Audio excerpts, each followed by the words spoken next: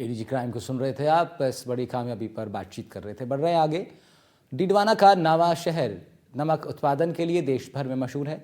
नावा का नमक देश के कई हिस्सों में सप्लाई होता है, लेकिन अब इसी नमक में बिना आयोडीन वाले नमक की सप्लाई का मामला सामने आया है।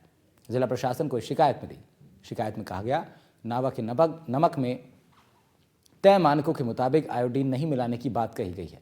साथ ही रेलवे के अधिकारियों से मिलीभगत कर नमक को सप्लाई करने का आरोप लगाया गया। शिकायत में कहा गया है कि देश की कई राज्य सरकारों और नोडल अधिकारी नमक की गुणवत्ता जांच नहीं कर रहे हैं। जांच के नाम पर अधिकारी व्यापारियों से मिलीभगत कर पहले से आयोडीन मिली नमक की पैकिंग की जांच कर खानापूर्ति करने में जुटे हैं।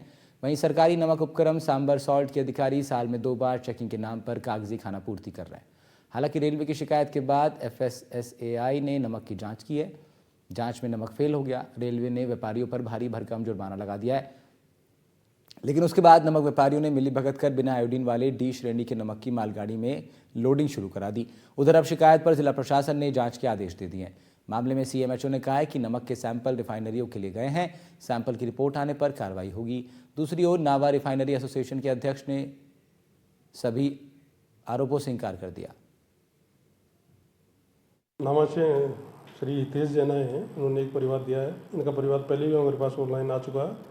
उसको हमने जांच के लिए भेज दिया CMHO को, और जो CMHO की टीम है, फूड इंस्पेक्टर है, वो जांच करके सैंपल लेके और रिपोर्ट करेंगे।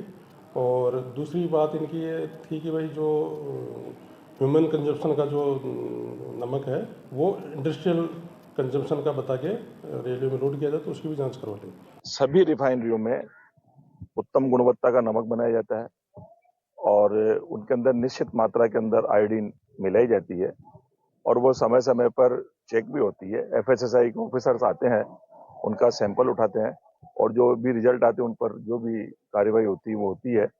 और मेरी समझ के अंदर कहीं ऐसा नहीं है कि कोई आयोडीन नहीं मिल रही है, और सभी रिफाइनरी के अंदर खुद की लैब में कानूनन रहती है। उस लैब के अंदर हर घंटे का सैंपल चेक होता है। तो बिना गुणवत्ता का नमक तैयार होना कहीं संभव नहीं है।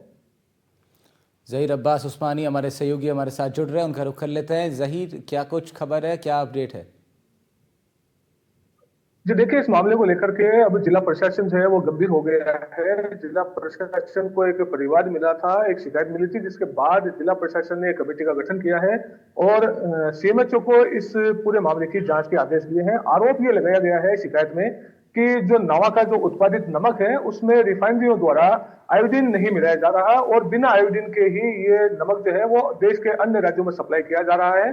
पिछले दिनों भी एक मामला सामने आया था जिसमें बिना आयोडीन का नमक पाया गया था, जिसके बाद रेलवे ने रिफाइनरियों के पर और नमक उत्पादकों पर जो है भारी भरकम जुर्माना लगाया था। लेकिन आरोप ये लगाया जा रहा है कि रिफाइनरियों ने और नमक उत्पादकों ने इसका भी एक तोड़ निकाल लिया और C कैटेगरी का जो आयोडीन युक्त नमक था उसके स्थान पर D कैटेगरी का यानी बिना आयोडीन वाला नमक जो है वो सप्लाई किया जा रहा है। क्योंकि 2 अलग अलग कैटेगरी होती है।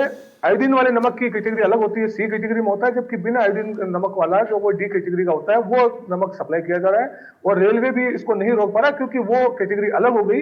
इस मामले को लेकर के जो है शिकायत की गई, और शिकायत में ये बताया गया कि आयोडीन बिना आयोडीन का जो नमक सप्लाई किया जा रहा है उससे लोगों के स्वास्थ्य पर जो है विपरीत प्रभाव पड़ रहा है, और अधिकारियों के बीच में मिलीभगत है, जिसके बाद जिला प्रशासन ने जांच बैठा दी। जबकि रिफाइनरी और नमक उत्पादकों का कहना है कि ऐसा कोई मामला नहीं है।